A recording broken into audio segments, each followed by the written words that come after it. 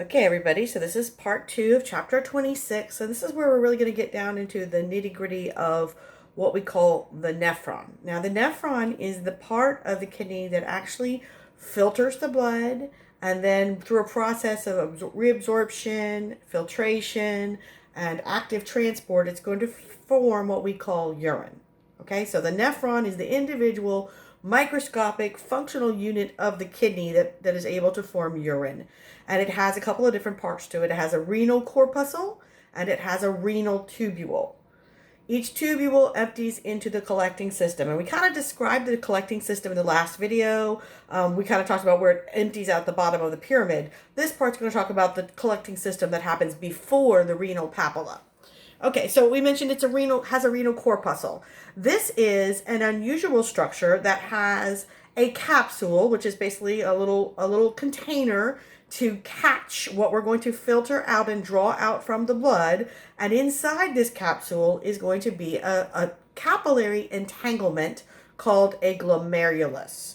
So this is going to be coming in from off of the cortical radiate artery. It's going to come into this structure by an afferent arteriole, and then that same little arteriole is going to go and become a little capillary ball inside the capsule. And then it's going to leave the ball, and it's going to still be an arteriole, but it's going to be an efferent arteriole. Okay, so what we're doing is we're bringing the blood into a little ball of capillaries that's encased within a capsule, and we'll see why in just a few minutes. So this part right here is what we're talking about. So the afferent arteriole would come off the cortical radiate artery. And then we have this ball of capillary. Now this ball of capillary, these capillaries have, gaps in them. They're going to be leaky. And then we're going to cover the capillary with certain cells called podocytes. And they're going to have these feet that are wrapped around the capillary, kind of like astrocytes back in the brain. And those feet are going to be called pedicels. But in between the pedicels, we're going to see filtration slits. So why would we cover the capillary with more cells? Well, just like in the blood-brain barrier, we're trying to control what is going to come out of the blood and enter the space between this little bit of the capillary wall here and this outer capsule. So this space in here is called the capsular space. So we're going to get things out of the blood. We're going to draw them through the wall of the capillary from the glomerulus into the capsular space. And then we're going to take what we draw out and we're going to start sending it this way. So this is the beginning. This is the renal corpuscle.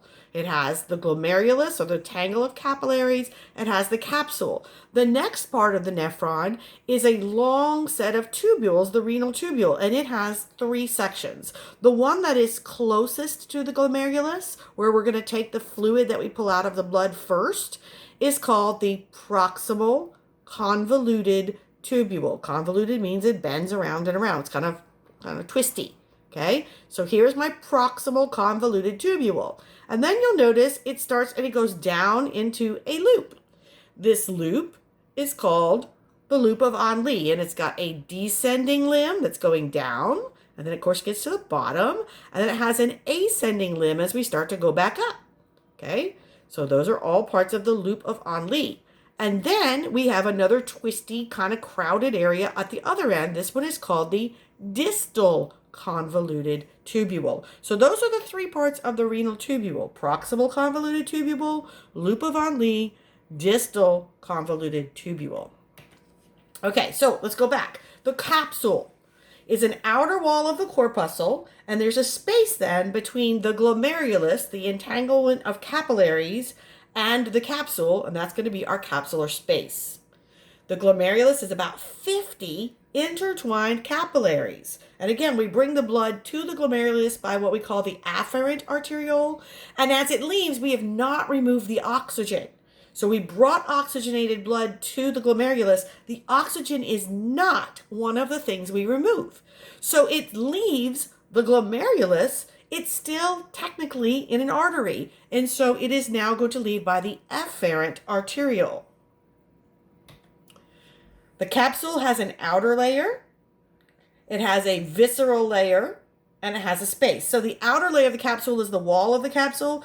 The inner layer of the capsule is actually technically the podocytes with their pedicels. It's also called the visceral glomerular layer. It's got a few other names, okay? Podocytes are the large cells, and again, they have the pedicels or the foot processes. And the spaces between the foot processes are called the filtration slits. So here's another up close image. Let me back my camera up just a little bit so we can see more of it. So here is my afferent arteriole, so the blood comes in here. And here are my 50 intertwined capillaries. Over top of the wall of the capillary, you see this purple cell. That is my podocyte. And then each of these up and down shapes on the podocyte are the pedicels. And the gap between them, which ends up looking like a red zigzaggy line, those are my filtration slits. So the capsule is made by the outer layer here, sometimes called the parietal capsule layer, and then this layer of cells here, which would be the visceral capsule layer, and the space between them is the capsular space. So again, what are we doing? We're going to pull fluid from inside the blood capillary through the wall of the capillary, through the cell or through the filtration slit, and we're going to gather that fluid in the capsular space before sucking it off in the proximal convoluted tubule to be processed. Okay? So we're going to be pushing blood through here. We're going to have a whole bunch of fluid come out. We're going to keep a lot of stuff in the blood, like the oxygen, the red blood cells, the plasma. And what does come out is going to go enter the renal tubule at the proximal convoluted tubule side. Now, on this image, we can also see, sorry about that bump, we can also see a couple other things. Right where the afferent arteriole enters, and between that and the efferent arteriole, remember we did not take oxygen, so this is still oxygenated blood moving away from the heart. We have this area here, and this whole thing has this, which is actually a distal convoluted tubule, and a little triangle of squares in the middle. This whole area here is called the Juxtaglomerular complex. Juxta means up against, up beside. So the cells of the distal convoluted tubule that face this triangle are called the macula densa cells. The cells in the triangle are called extraglomerular mesangial cells. And then the cells that are lining this outer edge of the afferent arteriole are called juxtaglomerular cells. And so these are cells that are going to monitor what's happening to this blood and what's happening to the fluid that is being formed at the distal end, which is after the nephron is finished, and the urine that is formed. They're going to control what's happening in here. So it's kind of like a central control complex. Okay, so as I mentioned, glomerular capillaries, we want fluid to leak out of them. So they are the fenestrated ones. They're not sinusoids like we saw in the liver, so they don't have huge gaps for big proteins to come out, but they do have fenestrations. So they are leakier than our normal systemic capillary beds. Okay, so we have big pores that are between the cells in the endothelium. Now, the one set of cells I just showed you, the I did not show you these, intraglomerular mesangial cells are going to provide support, filtration, and phagocytosis, and they're going to control the diameter of the capillaries. All right, so we're forming a filter for this fluid coming out of the blood. So we're going to call it the filtration membrane. So let's think about all the things that would be part of it. So we have our blood inside a capillary, right? And the wall of the capillary is made of fenestrated endothelium, or simple squamous epithelium, if you want to think about it that way. Then, since it's an epithelium, we have a basement membrane. And then we're going to have that layer of cells that are sitting on top, the podocytes. So the fluid has to go through all of these to get through to the capsular space. So what is driving the fluid out? Well, it's the blood pressure. The blood pressure, as we force the blood through this entanglement of capillaries, we're still on the arterial side, so we still have pressure. It's going to push things that can get out through the fenestrations and the filtration slits out. So things like water and small solutes are going to get into the capsular space. Larger things like plasma proteins can't fit through the fenestrations, so they're going to be trapped in the blood. And so basically, we are pushing everything out of the blood into the capsular space except proteins and oxygen. We're going to keep the oxygen bound to the red blood cells, so they're also not going to pass out through the slits. So here's an up-close view. Here is a red blood cell right here. we can see two sections of the glomerulus. So this is two sections of the capillary that have been cut. And so to get out of here, we have to get through the endothelium of the capillary, through the blue line, which is the basement membrane, and then through the purple, which are those rows of podocytes with their pedicels. All three of those make our filtration membrane. And then we're going to collect whatever does get out in the space between the outer capsular layer and the podocytes, which is our capsular space. Okay, so that was the renal corpuscle, the glomerulus plus the capsule. And by the way, that capsule is called Bowman's capsule. I know sometimes we leave names on, sometimes we don't. So it's either called the glomerular capsule or Bowman's capsule. You might hear both names. The other half of the nephron is the renal tubule. It has two twisty segments, one that's close. As soon as we leave the glomerulus, where we're going to take the fluid next is the proximal convoluted tubule. And then it goes down through the loop, the nephron loop.